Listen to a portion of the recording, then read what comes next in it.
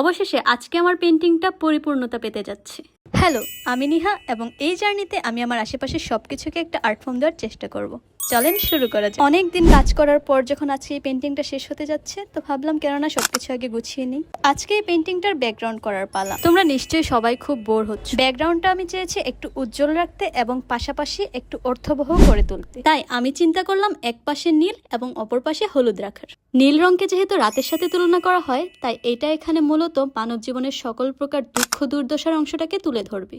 এবার আমি এখানে কিছু ডিটেইলিং এর খুঁটিনাটি কাজ করে নিচ্ছি। পেন্টিংটার এক পাশে যেহেতু রাতের প্রতীক নীল রেখেছি, তাই অপর পাশে কেননা হলুদ রাখা যায়। পেন্টিংটার অপর পাশে আমি রেখেছি সোনালী হলুদ।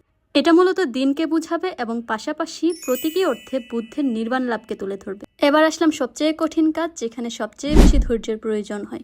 একটু এদিক সেদিক হলে পুরো পেন্টিংটাই মাটি। তাই আমার যেহেতু ধৈর্য অনেক কম, তাই মনে হচ্ছে কিছু একটা তো মেসি হলোই। আজকে এই পর্যন্তই, টাটা।